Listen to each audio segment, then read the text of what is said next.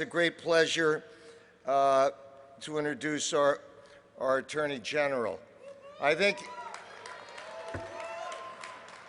you all read in the paper about the great settlement that went on between 49 states in the thieving banks, and what was brought to California, what was brought to people who are losing their homes, who have lost their homes, what were brought to people in other states, and equally as important, what was saved for the attorneys general, the right to go after these people on criminal activities and some of the more egregious, fraudulent civil actions that could be brought against them. And without this one person, that deal never would have happened, because they were going to cut a deal that could have been done in a bank boardroom. The amount of money was chump change, and in return for that, all the banks wanted was a Nixon kind of pardon, a pardon for everything they might have done and everything they will do. And Kamala Harris had the guts to stand up to her president, who is her friend, and say, "I'm not going to do this." Now, a lot of us have had I've had a lot of pressure on me about a bunch of stuff. I have never had pressure put on me by a president. And I mean, I'd like to think I wouldn't wilt, but thank God I've never been put to the test. But Kamala Harris was put to the test. She was not found wanting, and because of her, the people of our state and the people of this country owe her a tremendous debt, and most of those who are helped won't even know her name, but we know her name, and I give you our Attorney General, Kamala Harris. It's a beautiful day to let it get away. It's a beautiful day.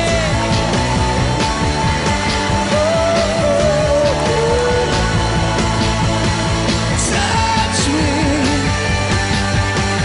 take me to that other place. Teach me. Hello, Democrats! Isn't it great to be in San Diego? I love San Diego under any circumstances, but especially under these. I thank you, Burton. You are an incredible leader. You are a friend. I thank our other great leader, Governor Jerry Brown. People ask sometimes why we should believe in a California comeback, and I say look to these no-nonsense fellas and look to the kind of leadership we have in this great state and these California giants. And we've got leadership based on looking people in the eye and telling the truth, and how refreshing is that? I know you California Democrats did not come to San Diego just for the weekend. You came here for the next generation. And so we're not here to celebrate, we're here to activate. We are here to remind ourselves who we are, where we come from, and what we stand for as Democrats, and what's at stake for not only California, but the nation in 2012. And Democrats, one thing is absolutely clear. We cannot afford to sit on the sidelines. We need to do whatever is necessary, day and night and day, to return President Barack Obama to the White House.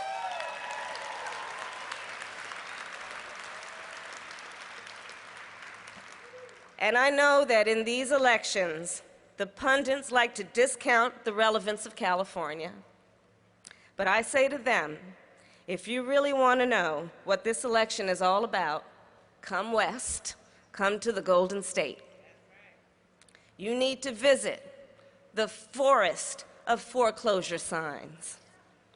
You need to talk to the thousands of good families stuck without a path out or a way up. Go to Stockton, California, and see the people there.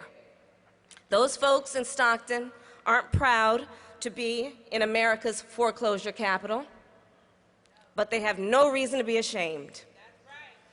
They have no reason to be ashamed. With 7 of the top 10 foreclosure cities, California wasn't just the epicenter of the crash. Let's call it what it is: the scene of the crime.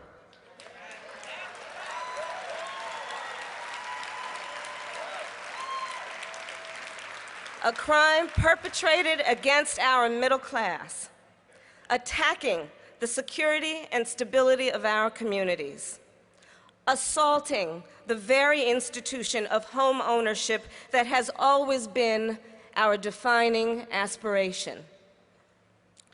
They may have placed bets on Wall Street, but we paid the price on Market Street, Main Street, and Mission Boulevard. We paid the price in counties and communities from Riverside to Redding.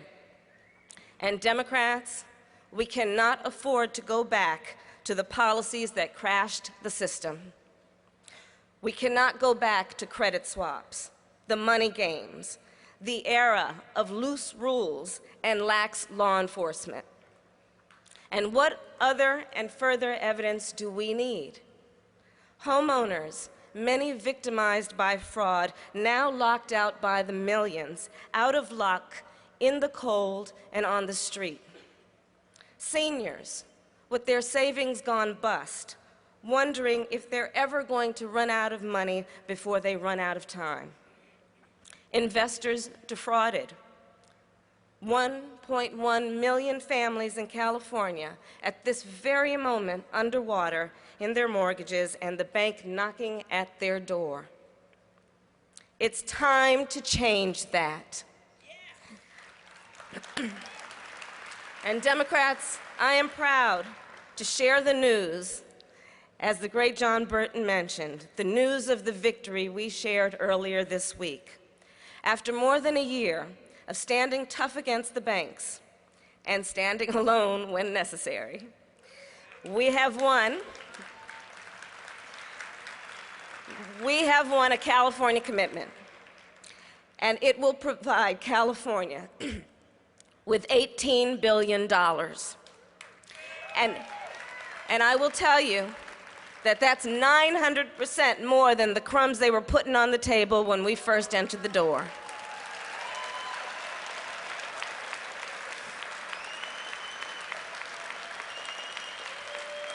Thank you. And it will require the nation's banks to pay penalties and restitution to hundreds of thousands of California homeowners while persevering and preserving our ability to investigate lender misconduct and prosecute those who committed predatory lending practices.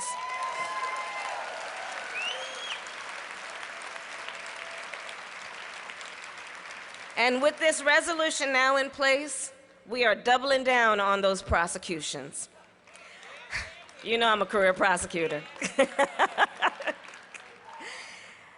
I'm immediately expanding our mortgage fraud strike force and will continue to aggressively investigate and prosecute violations of the law. And stay tuned, folks, because it doesn't end there. We're just now starting to lace them up.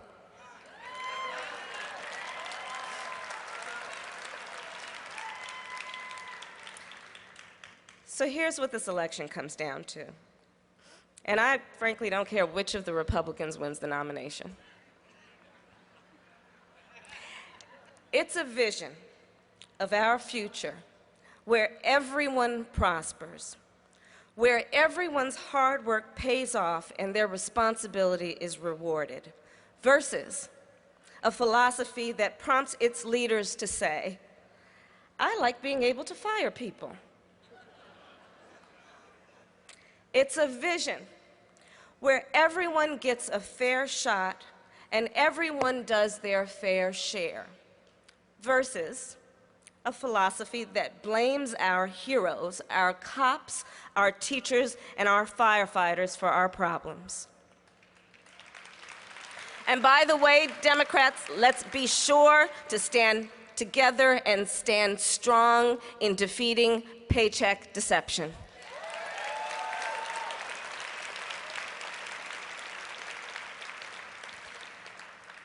So it's a vision also where everyone plays by the same set of rules versus a game where the object is to win at any cost. It's the confidence that we can get this country moving again versus the cynicism behind using the word food stamp to describe this nation's first African-American president.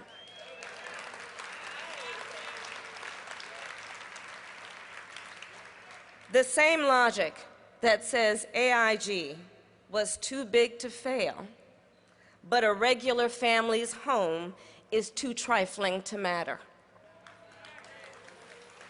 In fact, I'll tell you what's too big to fail.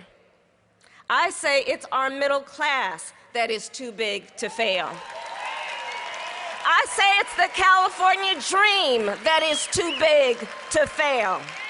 It's the promise of a free, quality public education that is too big to fail. It is the greatest public university system in the world that is too big to fail. It is environmental protection that is too big to fail. And it is our vision, Democrats, of an inclusive society that is too big to fail. Marriage equality is too big to fail. The rights of women are too big to fail. Our immigrant communities are too big to fail. Healthcare for everyone is too big to fail. And California Democrats, when we pull together, we are too big